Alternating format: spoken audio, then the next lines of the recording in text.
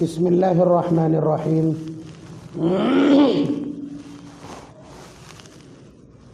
الحمد للہ رب العالمین والصلاة والسلام على سید الانبیاء والمرسلین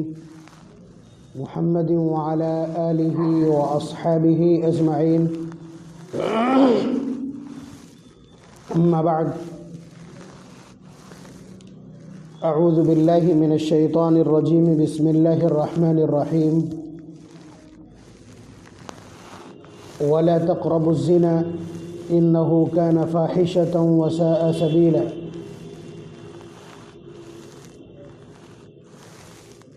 وقال تعالى الزانية والزاني فاجلدوا كل واحد منهما 100 جلدة ولا تأخذكم بهما رأفة في دين الله إن كنتم تؤمنون بالله واليوم الآخر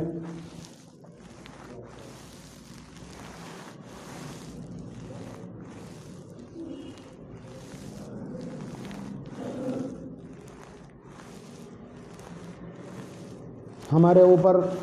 جو بھی حالات آتے ہیں، جو مصیبتیں آتی ہیں، جو پریشانیاں آتی ہیں، ان میں ضرور بے ضرور ہمارے اعمال کا دخل ہوتا ہے، ہمارے چال و چلن کا دخل ہوتا ہے، اور ہمارے کرتوت اس کے لیے ذمہ دار ہوتے ہیں۔ اور یہ خود اللہ تبارک و تعالیٰ کا ارشاد ہے۔ مثلا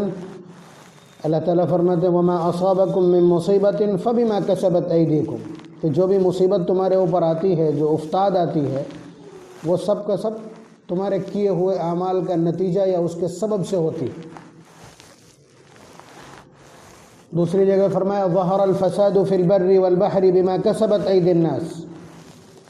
کہ خشکی میں یا تری میں جو فساد برپا ہوتا ہے، جو ڈس آرڈر ہوتے ہیں،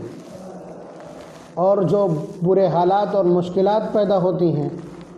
ان میں سب میں تمہارے اپنے ہاتھوں کا دخل ہوتا ہے، اپنے کارناموں کا، اپنے کرتوتوں کا دخل ہوتا ہے۔ اس کے علاوہ خود اللہ تبارک و تعالیٰ نے ایک دوسرے اینگل سے یہ بات ارشاد فرمائی لَن يُصِيبَنَا إِلَّا مَا كَتَبَ اللَّهُ لَنَا، کہ تم کو ہرگز کوئی ایسی مصیبت نہیں پہنچ سکتی جو ہم نے لکھی نہ ہو۔ یعنی اللہ تبارک و تعالیٰ ہمارے اعمال کے اوپر گہری نگاہ رکھتے ہیں، اور پھر اس کے بعد اسی اعتبار سے ہمارے ارد گرد کے حالات کو تبدیل فرماتے ہیں۔ حدیث قدسی کے وہ الفاظ یاد کیجئے جو اس سے پہلے میں کئی بار آپ کی خدمت میں عرض کر چکا ہوں، کہ اللہ تعالیٰ فرماتے ہیں ان العباد اذا اطاعونی حولت قلوب ملوکہم بالرحمت والرأفہ، جب بندے میری اطاعت و فرما برداری کرتے ہیں تو ان کے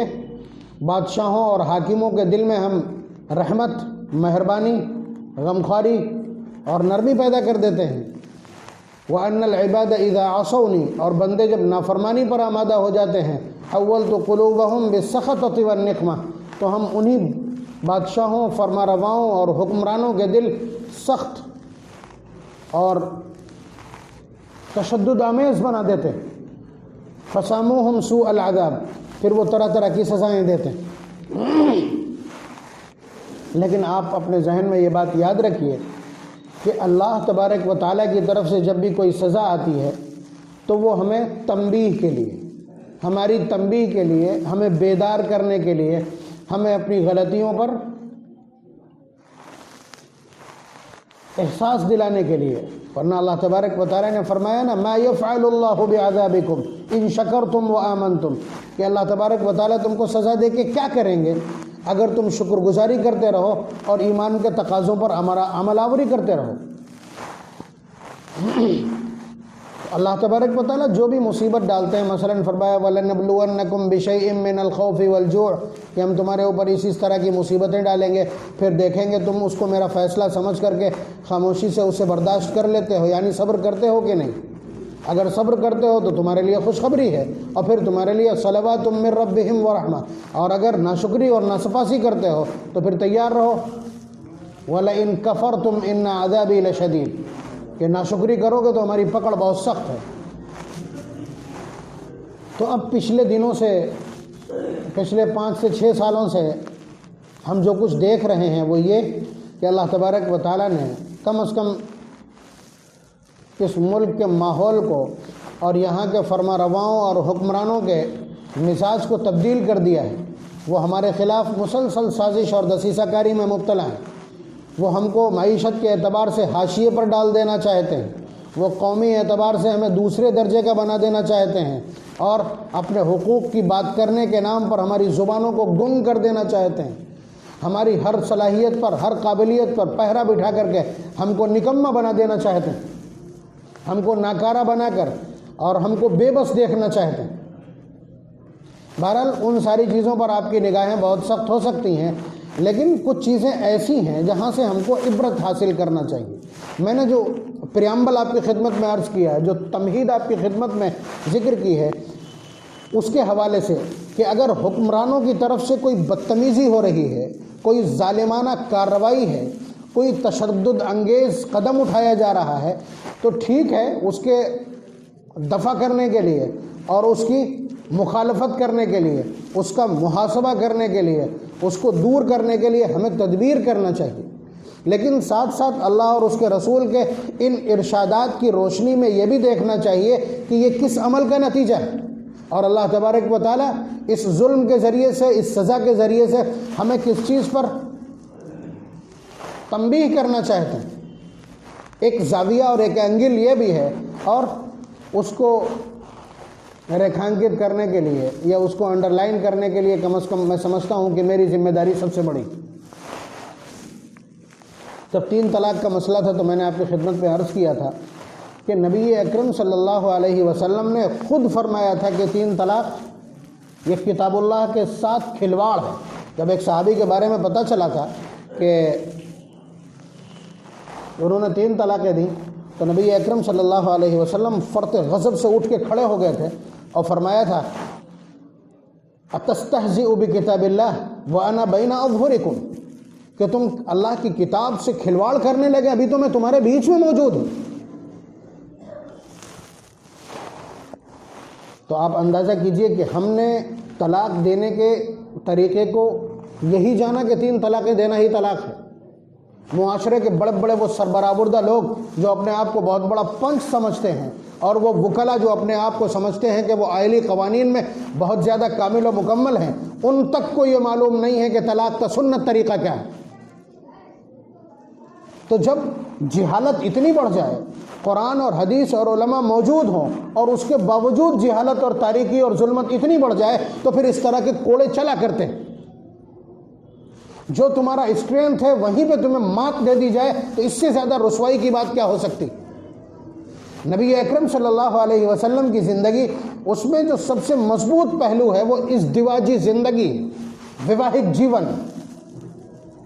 یا میرڈ لائف ہے، کہ جہاں 11 بیویاں 9 بیک وقت حضور نے رکھ کر کے دکھائیں اور سب کو مطمئن کر کے دکھایا، اور وہیں پہ آ کر کے ہم فیل ہو گئے، بلکہ دشمن نے وہیں سے نشانہ سادھا ہے۔ آج کا مضمون یہ نہیں ہے، لیکن میں عرض کر رہا ہوں آج کا مضمون یہ ہے کہ ابھی ایک قانون پاس کیا گیا ہے جس کے بڑے دور رس نتائج ہیں۔ مثلا ہمارے ہاں کراس شادیاں دھڑلے سے ہوتی ہیں، ہمارے چہرے کے اوپر بل نہیں پڑتے، ہماری پیشانی شکن آلود نہیں ہوتی۔ آپ کو یہ خبر ملتی ہے کہ کوئی مسلم لڑکی کسی کے افیئر میں پھنس کر کے اور کسی کے عشق کے جنون میں پھنس کر کے وہ اپنے ایمان سے ہاتھ دھو بیٹھتی ہے اور جا کر کے پھیرے ڈال لیتی۔ کم لوگ ہیں جنہیں یہ فکر ہوتی۔ حالانکہ اب بتلائیے اس سے بڑی خبر کیا ہو سکتی۔ ہماری ذمہ داری تھی کہ ہم ایمان غیروں کے سامنے پیش کرتے، ہماری اپنی گود میں کھیلی ہوئی اور ہمارے اپنے گھر میں پلی ہوئی اور ہمارے پڑھائے ہوئے کلمے کو یاد کر کے مسلمان ہونے کے باوجود وہ اس طرح سے کفر کو اپنا لے صرف ذرا سے دیر کے مزے کی خاطر، اور پھر اس کے بعد ان سب کے انجام کیا ہو رہے ہیں وہ آپ سب کو معلوم ہے۔ یہ باقاعدہ پری پلانڈ ہے۔ اصل میں مذہبی اعتبار سے ہم کو آج تک کوئی رسوا نہیں کر پایا۔ یعنی ہمارا جو مذہب ہے، ہمارے مذہب کے جو اصول اور ضابطے ہیں، ہمارے مذہب کا جو کمال اور جامعیت ہے کہ وہ بیت الخلاء میں بیٹھنے سے لے کر کے اور طواف تک کے تمام امور کو اپنے ضابطوں کے ساتھ، اپنی تعلیمات کے ساتھ مربوط رکھتا۔ ہر چیز میں ہمارے پاس ہدایات موجود ہیں۔ تو تو یہ ایک ایسا اثاثہ ہے، ایک ایسی متاع ہے، یہ ایک ایسا مضبوط پہلو ہے، یہ ایک ایسی اسٹرینتھ ہے کہ جس میں انگلی رکھنا کسی اور مذہب کے آدمی کے لیے ممکن نہیں۔ لیکن بہرحال وہ کوشش کرتے رہتے ہیں کہ کسی طرح مذہب کے نام پر آپ کو رسوا کیا جائے، تو اس کے لیے اس طرح کے اسٹینڈ اختیار کیے جاتے ہیں، اس طرح کے قدم اٹھائے جاتے ہیں۔ تو باقاعدہ انہوں نے اپنے خوبصورت نوجوان اس کام کے لیے چھوڑے ہوئے ہیں کہ وہ کسی طرح سے مسلم معاشرے کی، مسلم کمیونٹی کی لڑکیوں کو اس طرح سے الجھائیں اور اس طرح سے انہیں شیشے میں اتاریں۔ عورت کی عقل کتنی ہوتی ہے، عورت کی عقل کتنی ہوتی ہے، اور یہ ایسے معاملات ہیں جس میں آپ کو معلوم ہے مردوں کی عقلیں اندھی ہو جاتی ہیں اور مرد بے عقل ہو جاتا ہے، تو پھر عورتوں کا کیا کہنا۔ تو اگر ان کی تربیت اچھی نہ ہو، ان کے اوپر پہرا نہ ہو، ان کی سرپرستی ٹھیک ٹھاک نہ ہو، ان کی نگرانی نہ ہو، تو پھر اس طرح کے گناہ جنم لیتے۔ حالانکہ اس کا الٹا بھی ہے، اس کا الٹا تو مدتوں سے موجود تھا کہ مسلم نوجوان ہے، کوئی غیر مسلم اس کے اوپر فریفتہ ہوتی ہے یا خود اس کو یہ جھانسے میں اور جال میں پھانس لیتا ہے، تو پھر اس کے بعد وہ ایمان قبول کر کے ایمان میں داخل ہو جاتی۔ اس طرح کا معاملہ چل رہا تھا، بلکہ یہ واردات بکثرت ہو رہی تھی، اور یہ کسی کے لیے بھی بڑی کمزوری کی بات ہوتی ہے کہ اس کی بیٹی یا اس کی بہن یا اس کی کمیونٹی کی کوئی لڑکی اس طرح سے دھرم پریورتن کر لے۔ اور یہاں ہندوستان میں جہاں ان کا اپنا اقتدار ہے، قانون ان کی مٹھی میں ہے، عدلیہ ان کے پیروں تلے ہے، ٹھیک ہے، اور یہاں کے ذرائع ابلاغ ان کے گھر کی باندی کی طرح ہیں، تو پھر وہاں اس طرح کے حالات ان کے لیے بہت رسوائی کا سبب تھے۔ تو انہوں نے اس سلسلے میں ایک قانون پاس کر دیا ہے کہ جو شخص بھی زبردستی کسی کا مذہب تبدیل کرواتا ہے، الفاظ تو یہ ہیں، ٹائٹل یہ ہے آرٹیکل کا جو ٹائٹل ہے یا قانون کا جو عنوان ہے وہ یہ ہے کہ اگر کوئی بھی شخص کسی کا مذہب زبردستی تبدیل کرواتا ہے تو اس کے لیے یہ تعزیرات طے کی جاتی ہیں اور اس کو اتنے سال سے لے کر کے اتنے سال تک کی سزا ہو سکتی ہے۔ تو اب جو نوجوان کسی غیر مسلم لڑکی سے افیئر کر کے شادی رچاتا ہے تو اس کے بعد کھٹ سے اس کے اوپر وہ دفعہ لاگو کر دی جاتی۔ ابھی جب سے یہ قانون بنا ہے تو 86 ایسے بڑے بڑے کیسز جو بڑی بڑی عدالتوں میں داخل کیے گئے اور ان کے اوپر ہیئرنگ ہوئی، تو اس کے خلاف جب ابھی ریٹ دائر کی گئی ہے تو سپریم کورٹ نے خود کہا ہے کہ بالغوں کی اس ازدواجی زندگی میں کسی کو دخل اندازی کرنے کی ضرورت نہیں۔ یعنی ایک ہی شہر کے اندر، ایک ہی محلے کے اندر 2 کیسز ہوتے ہیں، ایک مسلم لڑکی غیر مسلم ہو جاتی ہے، اس کے اوپر کوئی دفعہ نہیں ہے، اور ایک غیر مسلم لڑکی مسلم ہو جاتی ہے، ساری دفعات اس کے اوپر ہیں، اس کے گھر کی قرقی تک ہو جاتی ہے۔ تو اس طرح کے قانون کے غلط استعمال کو روا رکھا جا رہا ہے اور حکمراں اس طرح کی تدبیریں اختیار کر رہے ہیں۔ مذہبی اعتبار سے وہ آپ کو رسوا کرنا چاہتے ہیں اور ذلیل کرنا چاہتے ہیں، لیکن یہ سب خبریں آپ کو دینا کم از کم میرے منہ سے تو اچھا نہیں لگے گا، اس لیے کہ مجھ سے زیادہ آپ اخبارات پڑھتے ہیں، ٹی وی کے اوپر مختلف قسم کی ڈیبیٹس آپ دیکھتے ہیں، یہ خبریں آپ تک پہنچانا مقصود نہیں ہے، لیکن کہنے کا مقصد یہ ہے کہ کہیں 3 طلاق کی طرح یہ بھی کوئی کوڑا تو نہیں ہے ہمارے اوپر، کسی غلط راہ پہ ہم چلے جا رہے ہوں، اس کی اصلاح کے لیے اللہ تبارک و تعالیٰ نے ان جنگلی جانوروں کو ہمارے اوپر مسلط کر دیا ہو۔ مجھے تو لگتا ہے یہی ہے، مجھے تو لگتا ہے کہ یہی ہے کہ ہماری بچیاں جس آزادی کے ساتھ گھر سے نکلتی ہیں اور جس بغیر نگرانی کے ساتھ وہ زندگی گزار رہی ہیں اور ان کی تعلیمی زندگی جس آزادی کے ساتھ گزر رہی ہے، اس میں یہ نتائج تو آنے ہیں، یہ نتائج تو آنے ہی ہیں۔ آپ کے پاس قرآن و سنت جیسے اصول موجود ہیں، آپ کے پاس نبی اکرم صلی اللہ علیہ وسلم کی پاکیزہ اور حیا سے بھرپور زندگی کا نمونہ موجود ہے، قرآن کریم کی زبردست تعلیمات موجود ہیں جن سے آپ پچھلے 1400 سال میں مذہب کے اعتبار سے، تعلیم کے اعتبار سے، حیا، عفت اور پاکدامنی کے اعتبار سے، ازدواجی زندگی کے اعتبار سے اور فیملی سسٹم کے اعتبار سے سب پر غالب رہے ہیں، اس پر آپ نے کسی طرح سے اپنا شکنجہ ڈھیلا کر دیا، اس کی وجہ سے یہ نتائج آنے لگے۔ اب اس سلسلے کی کچھ باتیں ہو سکتا ہے اگلے 2-3 ہفتے تک چلے، میں آپ کی خدمت میں عرض کرنے جا رہا ہوں کہ زنا کتنا بڑا جرم ہے۔ اس کے سلسلے میں قرآن و احادیث کی جو تعبیرات ہیں وہ آپ کی خدمت میں عرض کرنی ہے، اور زنا پر روک لگانے کے لیے زنا پر روک کیوں لگائی ہے؟ اس لیے کہ اسلام میں نسب کی بڑی اہمیت ہے، نسب کی بڑی اہمیت ہے۔ آپ کس کی اولاد ہیں؟ معاشرے میں بھی مشہور ہے، اس کے علاوہ خود حضور نے بھی تنبیہ کی ہے کہ کوئی بھی شخص اپنے آپ کو غیر باپ کی طرف منسوب نہ کرے۔ اس کی جو فادرشپ ہے، اس کی جو ابویت ہے، اس کا جو باپ ہے وہی نام رکھے، دوسرا نام تبدیل نہ کرے، بلکہ خود اللہ تبارک و تعالیٰ نے حضرت زید ابن حارثہ کو کیا کہا جاتا تھا؟ زید ابن محمد۔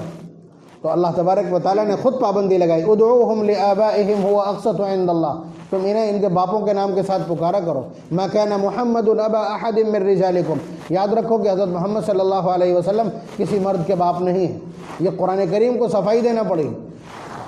تو قرآن کریم نسب کو محفوظ رکھنا چاہتا ہے، کون کس کا بیٹا ہے، کون کس کی اولاد ہے، کس خاندان سے اس کا تعلق ہے، یہ نسب ہے۔ اور آپ بتلائیے کہ یہ قرآن کریم جس ماحول میں اترا ہے، جن لوگوں کے وہاں تو نسب کا بڑا معاملہ تھا۔ آپ ان سے پوچھیے کہ آپ کا یہ گھوڑا کس نسل کا ہے، تو کہیے ایک سانس میں وہ اس کا پورا نسب نامہ گنا دیں۔ حضرت ابوبکر صدیق رضی اللہ تعالیٰ عنہ مکہ مکرمہ کے بہت بڑے عالم الانصاب ہیں۔ آپ اندازہ کیجئے کہ کسی عورت کو اگر طلاق ہو جاتی ہے، 10 سال سے اپنے شوہر کے پاس نہیں گئی سپوز دیٹ، اور آج وہ طلاق نامہ بھیجتا ہے اس کو، یا پنچایت میں طلاق ہوتی ہے، تو اب یہاں سے اس کو 3 پیریڈ گزارنے پڑیں گے عدت کے، صرف اس کنفرمیشن کے لیے کہ اس کی یوٹرس کے اندر، اس کے رحم کے اندر، اس کے شکم کے اندر کسی کا نطفہ موجود نہیں ہے۔ حالانکہ یہ کام ایک بار سے بھی ہو سکتا تھا، لیکن نہیں، سائنس نے اب کلیئر کر دیا کہ تیسرے تک جا کر کے یہ پوری طرح سے کلیئر ہوتا ہے کہ کسی کا نسب اور کسی کی پریگننسی نہیں۔ تو اسلام نے جو 3 حیض عدت کے لیے مقرر کیے ہیں، آپ اندازہ کیجئے، سونوگرافی موجود ہے، الٹراساؤنڈ سسٹم موجود ہے، اور ساری چیزیں موجود ہیں، کسی بھی چیز پر کوئی اعتبار نہیں۔ آج بھی فقہاء یہ کہتے ہیں عدت گزارنا ہی پڑے گی۔ آپ سمجھ رہے ہیں؟ تو آپ اندازہ کیجئے کہ اسلام یہ چاہتا ہے کہ معاشرے کے اندر کوئی ولد الزنا یا حرامی اولاد یا مجہول النسب نہیں ہونا چاہیے۔ یہ ٹارگٹ ہے اسلام کا۔ اب اس کو پورا کرنے کے لیے ظاہر سی بات ہے، جو چیزیں اس کا کارن بن سکتی ہیں، اس کے لیے سبب بن سکتی ہیں، ان سب پر پابندی لگائی۔ یعنی زنا اس کا سبب ہے، اس لیے کہ اگر زنا عام ہو جائے گا تو وہاں نسب محفوظ نہیں رہے گا۔ میں مثال دے رہا ہوں آپ کو کہ یورپ کا اپنا معاشرہ ہے، آپ جانتے ہیں، وہاں عورت رات کہاں گزارے گی شوہر کو کوئی پرواہ نہیں، شوہر کس بستر پہ رات گزارے گا عورت کو اس کے اوپر کوئی آپتی نہیں۔ تو آپ بتلائیے کہ شوہر کہاں گیا تھا، اس کے بعد وہاں پریگننسی ہوئی اور بیٹی پیدا ہوئی، اور یہاں جو اس کا اپنا لیگل بچہ موجود ہے، جب یہ معلوم ہی نہیں ہے تو ہو سکتا ہے وہ لڑکی بڑی ہو اور اس کے ساتھ رشتہ ہو جائے اس کا۔ آپ بتلائیے، یعنی سگی بہن کے ساتھ، نطفے کے اعتبار سے وہ سگی بہن ہوتی ہے، سگی بہن کے ساتھ اس کا رشتہ ہو جائے، نطفے میں شریک، یا اور دوسرے اس طرح کے جہل اور اس طرح کے دوسرے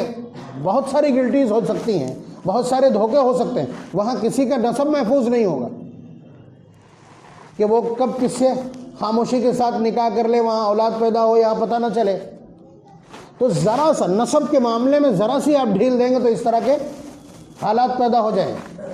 حالات اس طرح کے پیدا ہو جائیں گے۔ ہم آپ کو بتلائیں کہ جب آزادی کے بعد، جنگ آزادی کے بعد پاکستان کا قیام عمل میں آیا تو لوگ یہاں سے بھاگ رہے تھے، اور ان کو بھگانے کے لیے یہاں کی جو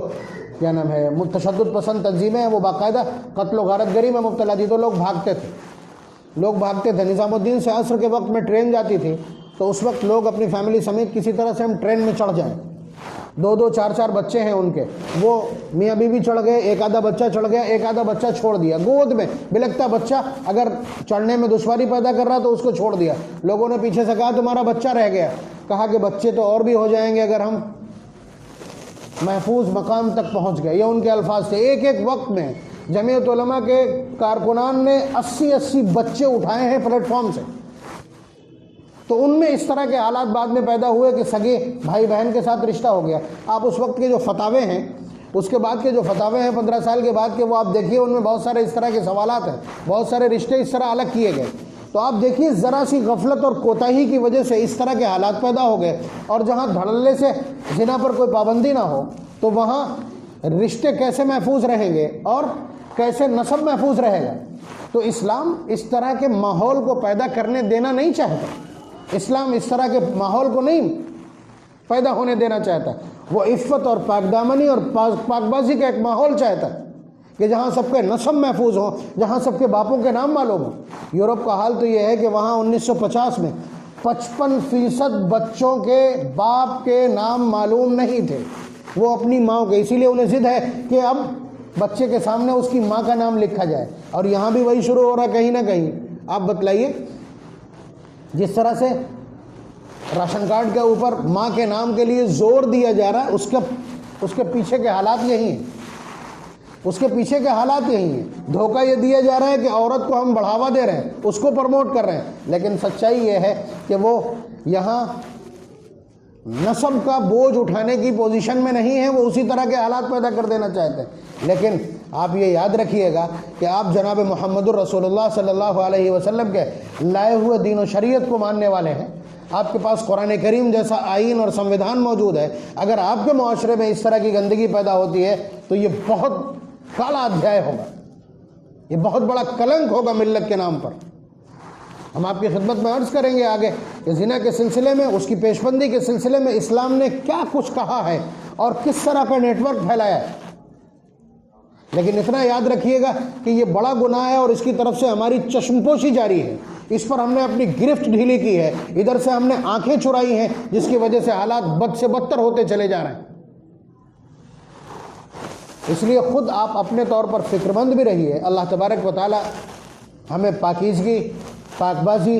عفت اور پاک دامنی اور ہماری نسلوں کو اس کا بہترین احساس عنایت فرمائے۔ وآخر دعوانا ان الحمد للہ۔